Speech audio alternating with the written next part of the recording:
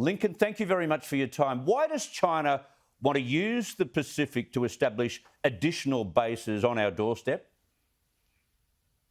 Well, thanks very much for having me, Chris. And look, this is not new. China has been moving into the Pacific Islands and indeed across the South China Sea, as we know, with their 7 artificial islands that they promised would not be militarised, but they have militarised for a number of years now.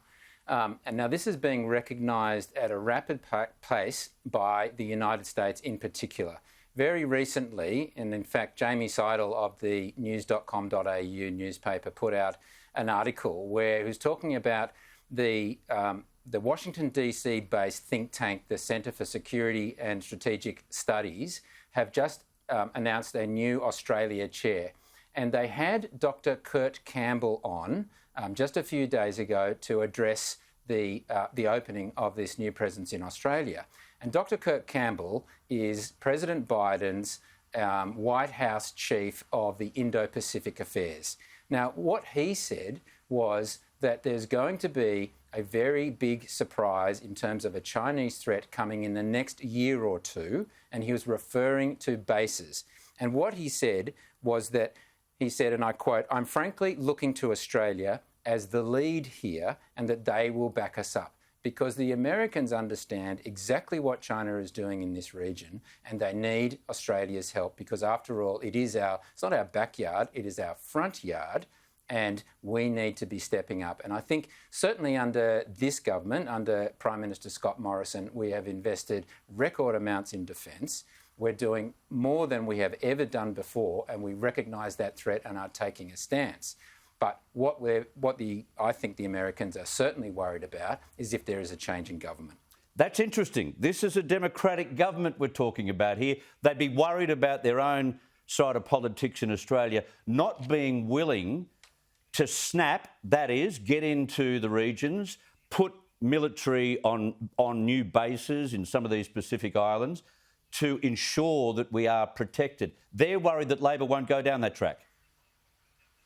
Well, they're worried about that very much so. And certainly Adam Crichton in The Australian last week wrote a story about Australia might not get any subs from AUKUS, and he quoted the former Assistant Secretary of Defence, Dr. Randy Shriver, who said, quote, "Political turnover in Canberra could spell doom for their promised fleet of 8 nuclear-powered submarines." Now, what the Americans there are referring to is that if Albo gets in, and we understand that Albo is from the left of the Labor Party, we understand that Labor does a lot of deals with Greens and independents and fundamentally are opposed to defence and national security. We know that in their last term of government, when we had Kevin Rudd and then Julia Gillard and then Rudd again, that the spending on defence and national security by the Labor government was at levels that we have not seen since 1938. Yeah. Now, the Americans want us to step up to provide for our own security. We've already seen Chinese investment sway the policy of some of these Pacific nations.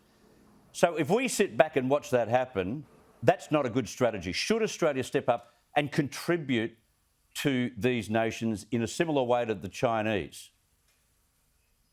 Oh, absolutely. And certainly we've seen this government under Prime Minister Morrison already do that. We've signed agreements with Japan. We've certainly seen the big AUKUS agreement, and the Americans, are, as I said, are very concerned about that. We're in the Quad, so we're doing more than ever. We're working with Taiwan, and we've now seen the Japanese and the Taiwanese and even the Indians are now looking to shore up and cooperate with us in the Pacific, especially in the Pacific Islands. And so I think everybody understands that this government is proactive, is looking after our national security and our defence and our backyard, and that is absolutely crucial, and we need to keep that in mind, particularly when it comes to election time. So the reality is, the practicality of what you're saying is that snapshot to 5 years' time, and we need to have bases on more parts of Papua New Guinea, the Cook Islands. I could rattle off about 16 different other Pacific islands where we should have presence, and we don't.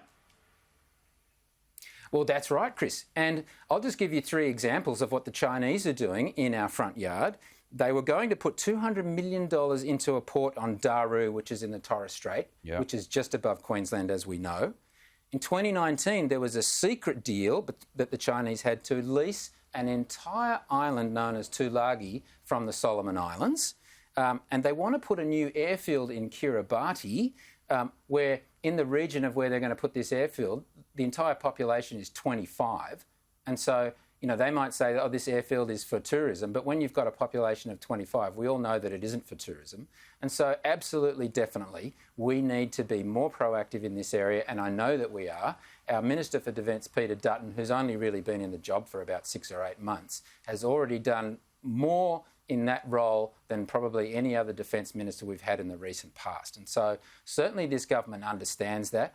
I back what they are doing, and I just think the Australian people, when we come to the election in May, need to understand the consequences of a Labor, Green, independent alliance that has an engagement strategy with China and that will drop our defence spending, won't be good for our best and closest ally, the United States, who, as you say, is a Democratic president under Joe Biden.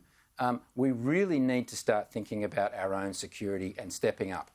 Last question. Do you think we'll ever become as close to China as we were, say, 3-4 years ago?